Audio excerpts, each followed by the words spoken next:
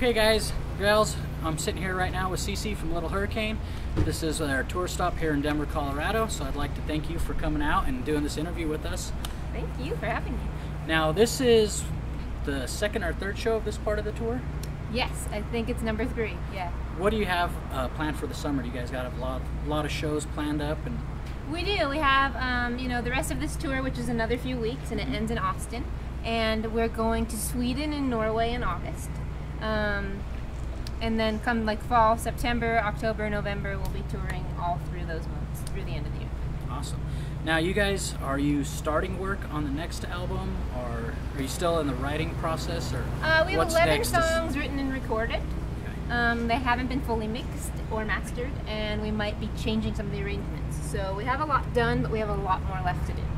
Okay, I know you guys just got back from Spain, was it not? Wasn't that your first trip over there? How was that? Spain was incredible. We did 6 cities, and I've never been, and I thought I could speak Spanish, but I guess I can't. But they speak kind of a different kind of Spanish there, so it was a lot of fun. I was really surprised at the turnout that we had. I wasn't expecting hardly anyone to be there because I didn't know if we had any fans in Spain, but it turns out we do. That's awesome. That's awesome. Now, when you guys are playing shows, I know you do some big festivals and you do some smaller shows like this. Like, what do you really prefer as yourself playing? Do you prefer the bigger style venue or the more intimate, smaller type? I like intimate, smaller shows. I mean, festivals are always good as like an accomplishment. Like to say, okay, we've played Lollapalooza, we've played Austin City Limits. It feels good to do it. But when you're in the mix of it and the changeover and the hecticness of playing a festival without getting a sound check, it really isn't as much fun as I always think it's going to be. The catering is usually the best part. Yeah, I imagine shower lines and everything like that are a mess for the festival shows. Gotcha. Now, when you guys are riding on the road, do you just, one of you is driving or someone's driving and you guys just hash things out together, or does Tone sit down and kind of come up with something and bring it to you and vice versa?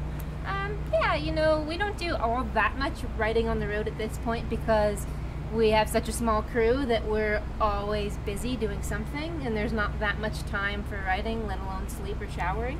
Gotcha.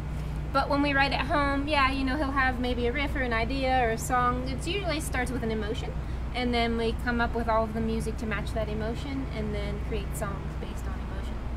Awesome. Now, when the two of you first got together, I've seen other interviews, and it said he was literally like 2 blocks away. You'd put he put an ad on Craigslist? I put the ad on Craigslist. Looking to join a band? Yes. Is this like the first actual band you've played in? I know you did stuff in school. Yeah, this is absolutely the first band I've ever played. Now, we've seen you live before, and you guys come off as kind of like musical soulmates. Like, I watch you guys, and it's kind of like you're having a conversation as you're playing without even like saying a word. Did that just come naturally, like from day one, or? It did, like my confidence to be able to do that and feel like I can, just the confidence took a long time for me because I hadn't played in a band. But we definitely jived musically from the very beginning, from the very first practice. Before we even had the first practice, we started talking about bands we liked, and we kind of just really connected over music. Now, like you said, you have a smaller crew, and when you guys are on the road, when you guys get days off, do you get to go kind of sightseeing, and what are some of your favorite things to do when you do have downtime when you're touring, if you have any free time? It's hard to find downtime. Like this tour, we have 17 shows in 19 days, and the days off are driving. But one of our favorite spots to stop in is Ohio Pile in Pennsylvania, which is like an outdoor park with water, like a river that goes through it. We like to go hiking, find waterfalls, get outside and enjoy some fresh air because you're cooped up in a van or in a venue and you don't really get to spend that much time outside on tour. Now, when you're not on tour, what are some of your favorite hobbies outside of anything music related? I love to cook. It's what I did before playing music. So I love to cook, I love to bake, I love to make crafts that are really silly and no one would ever want. Kind of just to be creative, and I also really like to sleep and watch TV. Gotcha. Now, what's it like? I know you are now an official member of the Ludwig family. What was that like when that comes to life? I know you've been playing them forever. Yes. What was that like? It was very exciting because I had tried to contact Ludwig very early on in the band to say, hey, I love your drums, and they knew of me, but never really. Can we keep going? It's noisy.